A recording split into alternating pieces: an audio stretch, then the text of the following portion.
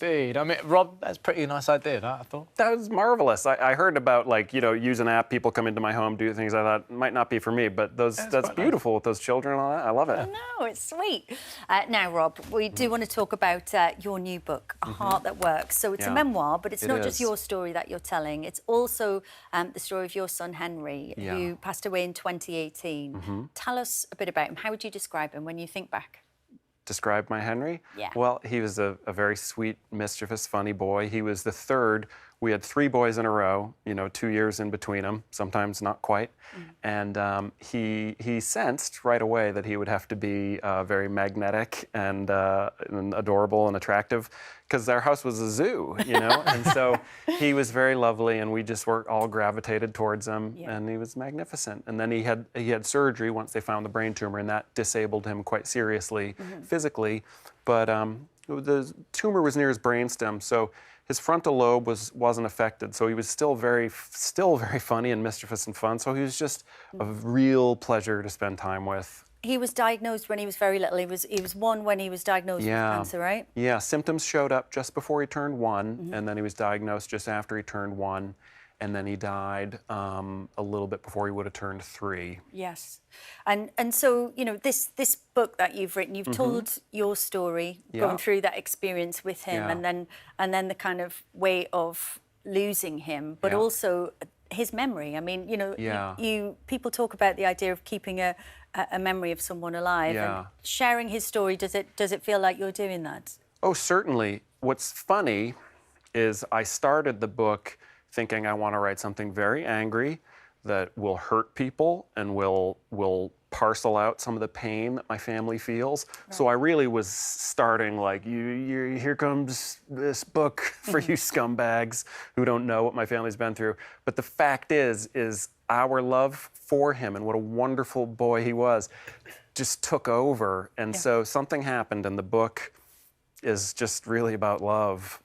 Despite my best efforts to make it an angry tome, it's actually a lot of love. That taps into the title. You know, it's from that wonderful Juliana Hatfield song. A heart that hurts is a heart that works. That's being alive, right? Yeah, so that's a manifesto of mine now. A heart that hurts is a heart that works. Because if you're born on planet Earth, you're going to experience pain. There's no way around it. And, you know, our family got more of it than we might have anticipated earlier on, and it's been terrible and painful, you know, but there's been a lot of love weaved into it too. You talk about you know, how best to support someone who's lost a loved one. I mean, what would you say is the biggest thing that you've been able to learn? Well, I now know that if someone loses somebody close to them, I'm not going to be like, is there anything I can do? I'm just going to go over to their house, duplicate one of their keys when they're napping, and then come in and do their laundry, you know, force them to go out and take a walk while I watch one of their kids or whatever. It's really way more about actions than words.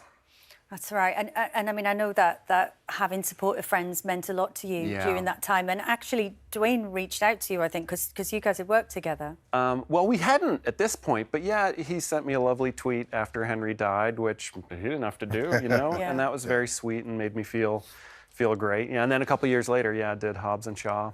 Okay, so that was the time, but it's hard, isn't it? Because you know, Dwayne, to do that, people don't often know what to say, and actually they can be kind of intimidated into not saying something. The moment passes because it's so difficult to put something into words. I have babies at home. I have all girls, 21 and 6 and 4, and you know, that story, hearing that, you know, rocked us in our household. So man, I just. Well, Dwayne did a good template, you know. He said Henry's name, I remember that, and just said something sweet, and he just did it, you know, rather than should I, you know, and it made me feel nice. That's the thing. Don't worry about getting it right. Just try and get it done. It is so inspiring as well, because obviously, you know, in the book you talk about while Henry was ill, you were also working on the sitcom Catastrophe. I mean, how could you go from such a tragedy to be able to even write in comedy? So, I mean, what I found was that grief and work are compatible. I agreed to do a 4th series of Catastrophe when we learned that Henry's cancer had returned and that he would die. I wasn't even sure I was going to do one, but I knew we would need to still be able to pay rent and buy cereal and shoes, so I was like, yeah, I'll do it at some point. And then when I started writing the 4th series, I didn't even care if it was good. I just wanted money. And then I started writing it, and I really began to enjoy myself very quickly, and I found that work and grief are compatible. So if I had to stop and go cry or puke, I did, but then I'd come back and we'd start writing, and after a while start laughing, you know, so I don't not laugh anymore, I don't not have fun anymore. There's a new thing that my family feels that we did not have before, and it's hard and it hurts, but we still laugh, we still get angry, we still get silly, we still have all the other emotions. Yeah.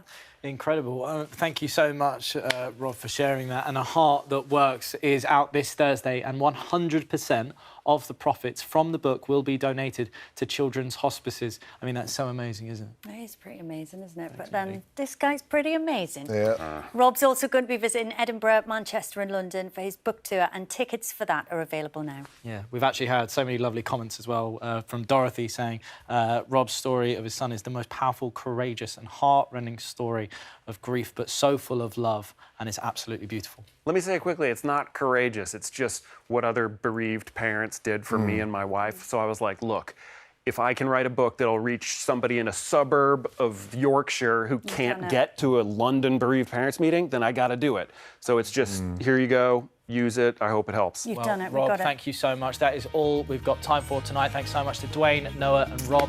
We'll see you soon. Thanks, guys.